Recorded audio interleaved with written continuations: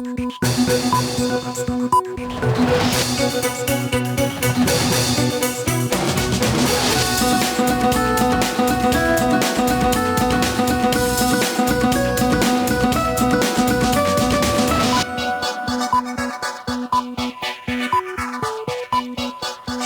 স্বাগত দুপুরের মাছরাঙা সংবাদে। আপনাদের সঙ্গে আছে আমি ফারহানা পারভিন। শুরুতেই জানিয়ে দিচ্ছি গার্ডিয়ান লাইফ ইন্স্যুরেন্স সংবাদ শিরোনাম।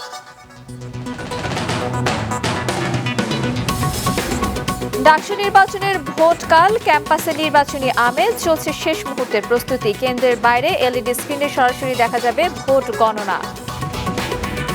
গণতান্ত্রিক রাষ্ট্র তৈরির বিএনপির লক্ষ্য, ঠাকুরগাঁওয়ে দলীয় সম্মেলনে বললেন মির্জা ফখরুল।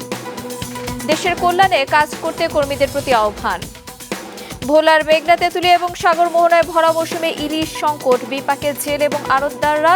বিশেষজ্ঞরা বলছেন জলবায়ু পরিবর্তন, ডুবোচর, দূষণই সমস্যা। শুনছিলেন শিরোনাম, এবার বিস্তারিত। ঢাকা বিশ্ববিদ্যালয় কেন্দ্রীয় ছাত্র সংসদ ডাকসু নির্বাচনের ভোট গ্রহণ হবে কাল। সকাল ৮টা থেকে বিকেল ৪টা পর্যন্ত বিরতিহীনভাবে নেওয়া হবে ভোট। কোনো বিশৃঙ্খলা ছাড়াই প্রার্থীরা গতকাল নির্বাচনী প্রচার শেষ করেছেন। এখন চলছে শেষ মুহূর্তের প্রস্তুতি। পুরো ক্যাম্পাসে বইছে নির্বাচনী আমেজ, ক্লাস পরীক্ষাও চলছে স্বাভাবিকভাবে। নির্বাচন উপলক্ষে আজ রাত ৮টা থেকে টানা ৩৪ ঘণ্টা ঢাকা বিশ্ববিদ্যালয়ের সব প্রবেশপথ সর্বসাধারণের জন্য বন্ধ থাকবে। এবার ডাকসু নির্বাচনে ভোটার ৩৯,৬৩৯ জন। ভিপি পদে প্রতিদ্বন্দ্বিতা করছেন ৪৫ জন, আর পুরো নির্বাচনে প্রার্থীর সংখ্যা ৪৭১। নির্বাচনকে কেন্দ্র করে বিশ্ববিদ্যালয় জুড়ে বিরাজ করছে উৎসব মুখর পরিবেশ। স্বচ্ছতা নিশ্চিতে প্রতিটি ভোট কেন্দ্রের বাইরে এলইডি স্ক্রিনে ভোট গণনা সরাসরি দেখানো হবে বলে জানিয়েছে নির্বাচন কমিশন। লাইনে দাঁড়িয়ে থাকতে হবে না, তারা নির্বিঘ্নে এসে ভোট দিয়ে চলে যেতে পারবে।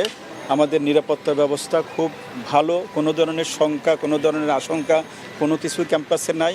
আমাদের ছাত্রছাত্রীরা এনাফ তাদের নিরাপত্তা দিতে।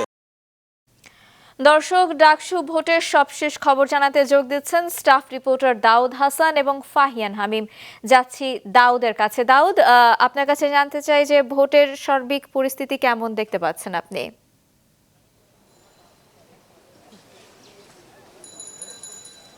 আসলে সকাল থেকে আজকে কিন্তু একদমই থমথমে পরিস্থিতি ক্যাম্পাসে, যেহেতু আজকে প্রচারণা গতকালকেই শেষ হয়ে গেছে, সেই হিসেবে কিন্তু আজকে স্বাভাবিকভাবেই আর কি থমথমে। কিন্তু আমরা দেখছি যে কিছুক্ষণ আগেই যে প্রার্থী রয়েছে ছাত্রদল সমর্থিত প্যানেলে, তারা কিন্তু বিগত দিনগুলোর মতোই কিন্তু আজও কিন্তু পাল্টাপাল্টি অভিযোগ করছে। একটি দলের পক্ষে হয়ে তা বলছে যে তারা একটি দল তাদেরকে সাইবার অ্যাটাক, সাইবার বুলিং, অপপ্রচার চালিয়ে যাচ্ছে, যেই অভিযোগগুলো আগেও করেছিল। কিছুক্ষণ আগে সংবাদ সম্মেলনে সেই কথাগুলো বলেছে। পাশাপাশি স্বতন্ত্র প্যানেলের কয়েকজন প্রার্থীর সাথে কথা হয়েছে, তারাও কিন্তু একই কথা বলেছে। আর যদি ক্যাম্পাসের পরিস্থিতির কথা বলি, এই মুহূর্তে কিন্তু ভোট নেওয়ার জন্য যে ধরনের প্রস্তুতি প্রার্থী, ভোটার এবং কমিশনের পক্ষ থেকে, সব ধরনের প্রস্তুতি কিন্তু এর মধ্যে শেষ। এবং নিরাপত্তা নিয়ে যদি বিশেষ করে বলতে হয়, আজ সকাল থেকেই কিন্তু নিরাপত্তা সকল ধরনের প্রস্তুতি কিন্তু আমরা ইতিমধ্যে দেখেছি ঢাকা বিশ্ববিদ্যালয়ের প্রবেশ কেন্দ্রগুলোর, সেখানে কিন্তু আসলে এরই মধ্যে পুলিশ কিন্তু যান চলাচলে সীমাবদ্ধতা করে দিয়েছে এবং পুরো ক্যাম্পাস জুড়েই কিন্তু আসলে একটা নিরাপত্তা বলয় কিন্তু বিরাজ করছে এবং শিক্ষার্থীদের মধ্যে, ভোটারদের মধ্যে একটি নিরাপত্তার আমেজ কিন্তু বিরাজ করছে, নির্বাচনী আমেজ কিন্তু বিরাজ করে, সেটা কিন্তু আমরা দেখতে পাচ্ছি।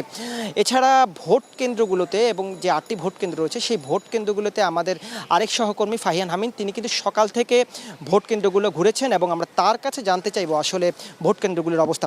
হামিম, আপনি তো আসলে সকাল থেকেই ভোট কেন্দ্রগুলোতে ঘুরেছেন, দেখেছেন ওখানকার অবস্থা, আমাদের জানাবেন আসলে ভোট কেন্দ্রগুলোর নিরাপত্তা পরিস্থিতি এবং সার্বিক পরিস্থিতি কেমন?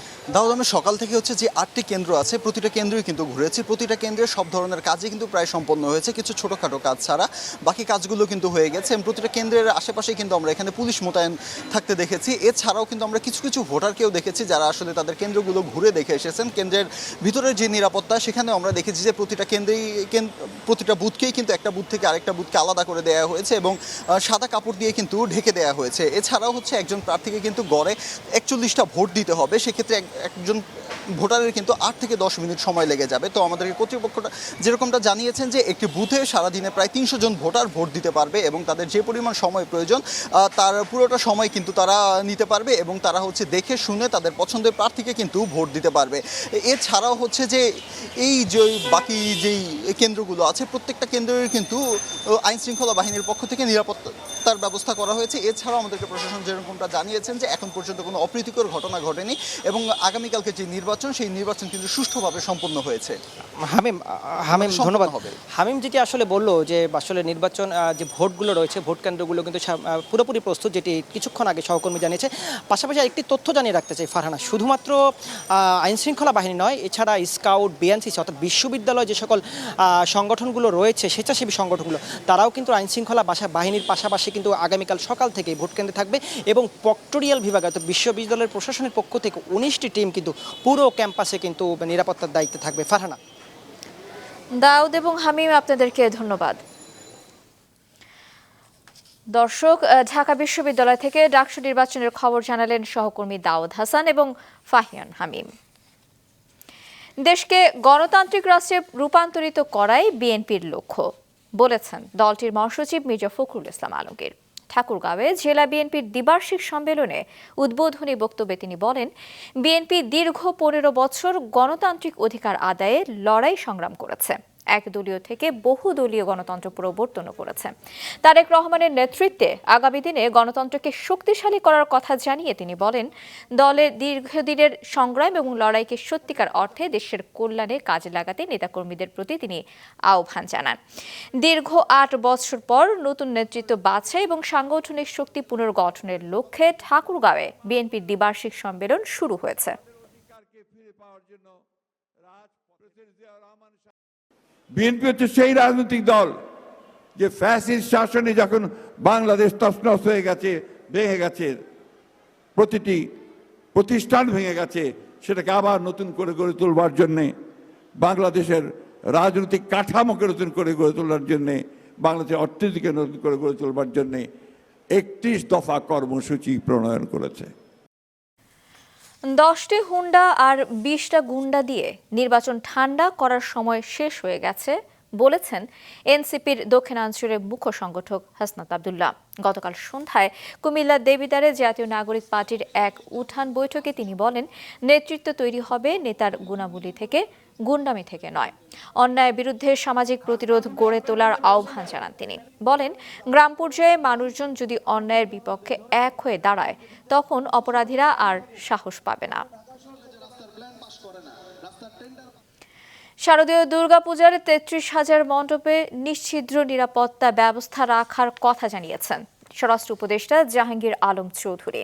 দুপুরে সচিবালয়ে পূজা মণ্ডপের নিরাপত্তা এবং আইন শৃঙ্খলা বিষয়ে সংশ্লিষ্টদের সঙ্গে বৈঠক করেন তিনি। পরে জানান, এবার সন্ধ্যা 7টার আগেই প্রতিমা বিসর্জন দিতে হবে। এবারের পূজায় কোনো হুমকি নেই উল্লেখ করে বলেন, সশস্ত্র বাহিনী ছাড়াও আইন শৃঙ্খলা রক্ষাকারী বাহিনীর পর্যাপ্ত সদস্য এবার পূজা মণ্ডপের নিরাপত্তায় নিয়োজিত থাকবে। এবার মণ্ডপ ঘিরে কোনো মেলা বা মাদকের আসর বসতে দেওয়া হবে না বলেও জানান তিনি। যারা দুষ্কৃতিকারী সারা সব জায়গায় দুষ্কর্ম করার চেষ্টা করে, এটা শুধু পূজা না, সব জায়গায় করার চেষ্টা করবে, এটা প্রতিহত করার দায়িত্ব হলো আমাদের, আপনাদের। আমরা সবাই মিলে এটারে প্রতিহত করব। ভোলার মেঘনা, তেঁতুলিয়া এবং সাগর মোহনায় ভরা মৌসুমে ইলিশ মাছের সংকট দেখা দিয়েছে। এতে বিপাকে জেলে এবং আড়তদাররা। বিশেষজ্ঞরা বলছেন, জলবায়ু পরিবর্তন, নদীর ডুবোচর বৃদ্ধি, পানি দূষণ, অবৈধ জালের ব্যবহার ইলিশের জীবনচক্র বাধাগ্রস্ত হচ্ছে। ভোলা রিপোর্টার হামিদুর রহমান হাসিবের পাঠানো তথ্য এবং ছবি নিয়ে ডেস্ক রিপোর্ট। ভরা মৌসুমেও তেমন ইলিশের দেখা মিলছে না ভোলার মেঘনা, তেঁতুলিয়া নদী ও সাগরের মোহনায়। জেলের জালে পর্যাপ্ত ইলিশ ধরা না পড়ায় হতাশাগ্রস্ত হয়ে ফিরছেন জেলেরা। চাহিদা অনুযায়ী ইলিশ না আসায় আড়তদারদের মাছের ঝুড়ি ভরছে না। আমরা বাজার নিয়ে 2.5 লক্ষ টাকার মাছ বেশি, 60,000 টাকার, 1 লাখ টাকার এ মিলে আমরা মাছ বেশি। 14 জন স্টাফ, এই আমাকে মনে করেন যে তেল নিতে আছি, আমাকে তেল খরচাই হইতেছে না। উজানের পানির চাপ বাড়লে বা বৃষ্টি বর্ষা হলেই হয়তো ইলিশ আমরা পাবো, কিন্তু বৃষ্টিও হচ্ছে, বর্ষাও হচ্ছে, কিন্তু উজানের পানির চাপও আছে, কিন্তু মিলছে না ইলিশের দেখা। এদিকে সরবরাহ কমে যাওয়ায় বাজারে ইলিশের দাম অনেক বেড়েছে। বিক্রেতারা বলছেন আড়তে দাম বেশি হওয়ায় বাজারেও ইলিশের দাম বাড়তি। 4 কেজি গরুর মাংস কেনা যায় 1 কেজি ইলিশের দাম দিয়ে, এবং 2টা ইলিশ দিয়ে একটা খাসি কেনা যায়। আমরা অন্য বাজারে অন্য টিয়ারমাল রেট দিয়ে কিনে নিয়ে বলেছি, কাস্টমারও কিনতে পারে না। মৎস্য বিভাগের দেওয়া তথ্য মতে গত 5 বছর ইলিশ পর্যাপ্ত পরিমাণ পাওয়া গেলেও এবছর ইলিশ একেবারে নেই বললেই চলে। এবার 1,70,000 মেট্রিক টন ইলিশ উৎপাদনের লক্ষ্যমাত্রা নির্ধারণ করা হলেও শঙ্কা আছে তা পূরণ হওয়া নিয়ে। নদীতে ইলিশ কমে যাওয়ার বেশ কিছু কারণ চিহ্নিত করেছে জেলা মৎস্য বিভাগ। তারা বলছে জলবায়ু পরিবর্তন, ডুবোচরের সংখ্যা বৃদ্ধি, মা ইলিশ নিধন, অবৈধ জালের ব্যবহার বেড়েছে। এদিকে জেলেদের অভিযোগ ভারতীয় জেলেদের দৌরাত্ম্য ইলিশ কমার একটি বড় কারণ। বৈরী পানি নীতির কারণে বাংলাদেশ এফেক্টেড হচ্ছে উপকূল এলাকা। 2 হচ্ছে যে আমাদের জলবায়ু পরিবর্তনের কারণে কিন্তু ইলিশ মাছের মাইগ্রেশনের রেটটাও কমেছে। তার প্রজনন মৌসুমে মাছ যখন ডিম ছাড়তে আসে ইলিশ, তখন যেভাবে মাছ ধরে ওই ছোট বাচ্চাটাও ধরে ফেলে। অবৈধ জালে যেখানে মানুষ ভরপুর, এইসব জালের কারণে আমাদের জাটকা ধরে ফেলে, ছোট মাছ ধরে ফেলতেছে। এই কারণে ইলিশের সংকট। সারা দেশে আহরণকৃত ইলিশের মধ্যে শুধু ভোলায় উৎপাদন হয় মোট আহরণের 1/3।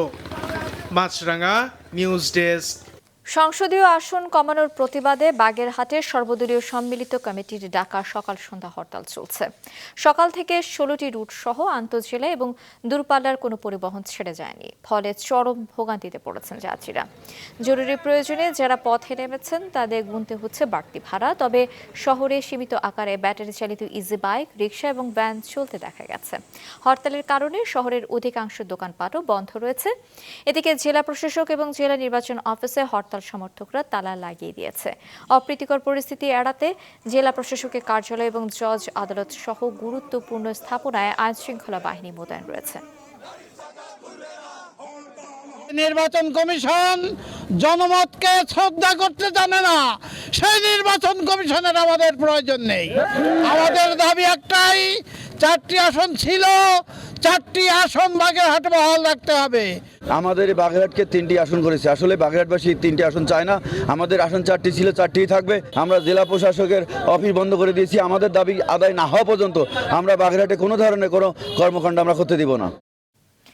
মন্ত্রণালয়ের নির্দেশ উপেক্ষা করে সারা দেশে আজও গণছুটি কর্মসূচি পালন করছেন পল্লী বিদ্যুতের কর্মীরা। চাকরিতে বৈষম্য দূরীকরণ এবং হয়রানিমূলক পদক্ষেপ সহ 4 দফা দাবিতে কর্মসূচি পালন করছে তারা। সকাল থেকে পল্লী বিদ্যুৎ সমিতির কর্মচারী-কর্মকর্তারা গণছুটি পালন করায় সেবা নিতে এসে ভোগান্তিতে পড়েন গ্রাহকেরা। এদিকে গতকাল বিকেলে অনির্দিষ্টকালের জন্য গণছুটি প্রত্যাহার করে 24 ঘন্টার মধ্যে কাজে যোগ দিতে নির্দেশ দেয় বিদ্যুৎ, জ্বালানি এবং খনিজ সম্পদ মন্ত্রণালয়। কাজে যোগ না দিলে ব্যবস্থা নেয়ার হুঁশিয়ারি দেওয়া হয়। এরই মধ্যে গতকাল নেত্রকোনায় কর্মসূচি পালনের দায়ে 6 জনকে বরখাস্ত করেছে কর্তৃপক্ষ। চট্টগ্রাম বিশ্ববিদ্যালয়ে সংঘর্ষের ঘটনায় আহত হয়েছেন অন্তত 1,500 শিক্ষার্থী। এদের মধ্যে গুরুতর আহত 3 জনের অবস্থা কিছুটা উন্নতির দিকে। শনিবার জ্ঞান ফিরেছে আইসিইউতে থাকা আন্তর্জাতিক সম্পর্ক বিভাগের ছাত্র ইমতিয়াজ সাইমের।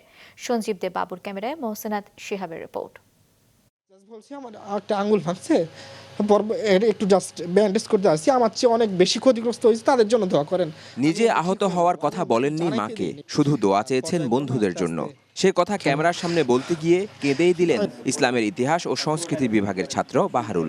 গত রবিবার চট্টগ্রাম বিশ্ববিদ্যালয়ে সংঘর্ষের দিন বন্ধুকে উদ্ধার করতে গিয়ে আহত হন তিনি। তার উপর সন্ত্রাসী হামলার ভিডিও ছড়িয়ে পড়ে বিভিন্ন সামাজিক যোগাযোগ মাধ্যমে। প্রত্যেকের হাতে অস্ত্র ছিল।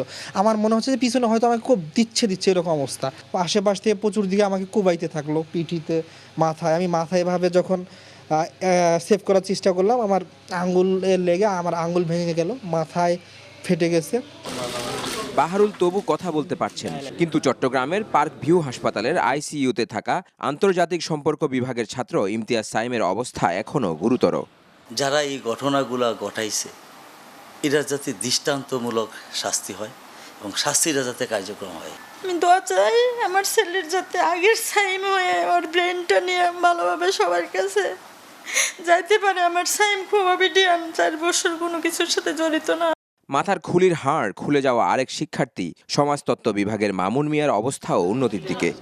আইসিইউ থেকে কেবিনে নেওয়া হয়েছে তাকে। আমার বাইরে অপারেশন করার সময় মাথার খুলিটা খুলে রাখা হয়েছিল এবং বলা হয়েছে 2 থেকে 2.5 মাস সময় পরে এটা নতুন করে অপারেশন করা হবে। আমি কর্তৃপক্ষের কাছে দাবি জানাচ্ছি যেন আমার বাইরে যে সময়টা এই সময়টা তারা যেন দায়িত্ব নিয়ে কাজটা করে, এটা আমার দাবি। গুরুতর আহত আরেকজন ইসলামিক স্টাডিজ বিভাগের শিক্ষার্থী নাইমুল ইসলামকে রোববার রাতে চট্টগ্রামে অস্ত্রোপচারের পর ঢাকায় পাঠানো হয়েছে উন্নত চিকিৎসার জন্য। আমরা প্রথম থেকে অত্যন্ত তৎপর ছিলাম যাতে যে কেউ যারা আহত হচ্ছে ওরা চিকিৎসা যাতে কোনো অবহেলা না হয়।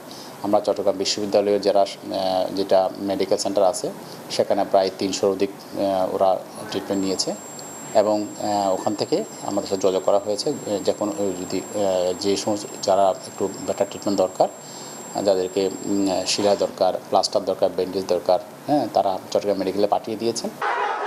চট্টগ্রাম বিশ্ববিদ্যালয়ের সংঘর্ষের ঘটনায় আহতের তালিকা এখনও প্রকাশ করা হয়নি, তবে শিক্ষার্থীদের মতে আহত হয়েছেন 1500। মোহসেনাত শিহাব, মাছরাঙা সংবাদ, চট্টগ্রাম। রাজবাড়ীর গোয়ালন্দে নুরাল পাগলের বাড়ি এবং পুলিশের ওপর হামলা ও গাড়ি ভাঙচুরের মামলায় আরও 4 জনকে গ্রেফতার করেছে পুলিশ। এ নিয়ে ওই ঘটনায় মোট 11 জন গ্রেফতার হলো। গতরাতে উপজেলার বিভিন্ন এলাকায় অভিযান চালিয়ে 4 জনকে গ্রেফতার করা হয় বলে জানান গোয়ালন্দ ঘাট থানার ভারপ্রাপ্ত কর্মকর্তা মোহাম্মদ রাকিবুল ইসলাম।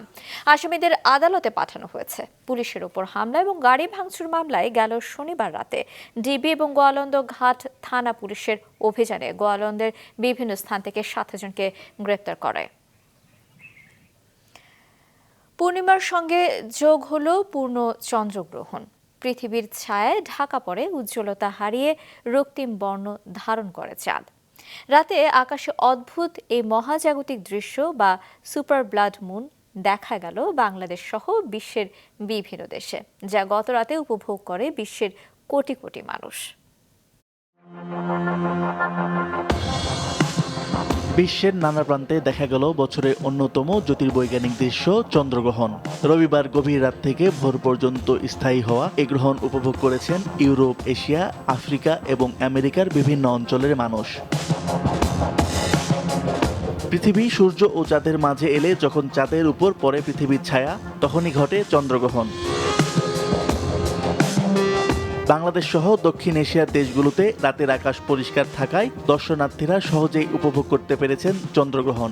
ঢাকা ছাড়াও ভারতের দিল্লি, নেপালের কাঠমান্ডু, শ্রীলঙ্কার কলম্বোতেও মানুষের ভিড় জমেছিল উন্মুক্ত স্থানে। যুক্তরাষ্ট্রের পূর্বাঞ্চল ও ইউরোপের বহু শহরে স্থানীয় সময় সন্ধ্যা থেকে রাত অবধি আকাশে ভেসে ওঠে লালচে রঙের ব্লাড মুন।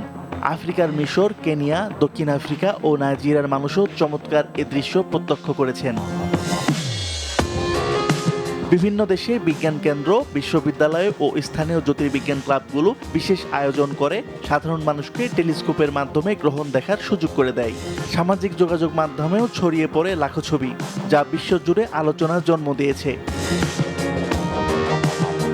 বিশেষজ্ঞরা বলছেন, এই ধরনের জ্যোতির্বৈজ্ঞানিক ঘটনা শুধু আকাশপ্রেমীদের আনন্দই দেয় না, বরং প্রজন্ম থেকে প্রজন্মকে মহাবিশ্ব সম্পর্কে কৌতূহলী করে তোলে।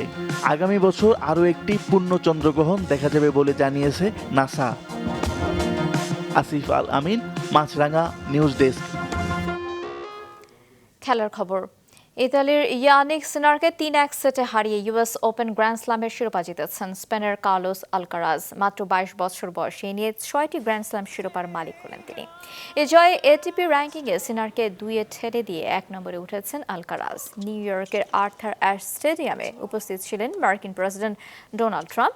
ফাইনালের প্রথম 2 সেটে ছিল 1-1 সমতা। এরপর আলকারাজ পরপর 2 সেট জিতে নিশ্চিত করেন শিরোপা। দুপুরের সংবাদ শেষ করছি, যাবার আগে গার্ডিয়ান লাইফ ইন্স্যুরেন্স সংবাদ শিরোনামগুলো আরেকবার। ডাকসু নির্বাচনে ভোটকাল, ক্যাম্পাসে নির্বাচনী আমেজ, চলছে শেষ মুহূর্তের প্রস্তুতি। কেন্দ্রের বাইরে এলইডি স্ক্রিনে সরাসরি দেখা যাবে ভোট গণনা। গণতান্ত্রিক রাষ্ট্র তৈরি বিএনপির লক্ষ্য। ঠাকুরগাঁয়ে দলীয় সম্মেলনে বললেন মির্জা ফখরুল, দেশের কল্যাণে কাজ করতে কর্মীদের প্রতি আহ্বান। ভোলার মেঘনা, তেঁতুলিয়া এবং সাগর মোহনায় ভরা মৌসুমে ইলিশ সংকট, বিপাকের জেলে এবং আড়তদাররা। বিশেষজ্ঞরা বলছেন জলবায়ু পরিবর্তন, 2 বছর দূষণই সমস্যা। এ ছিল এখনকার মতো। আমাদের পরবর্তী সংবাদ বিকেল 5টায় দেখার আমন্ত্রণ।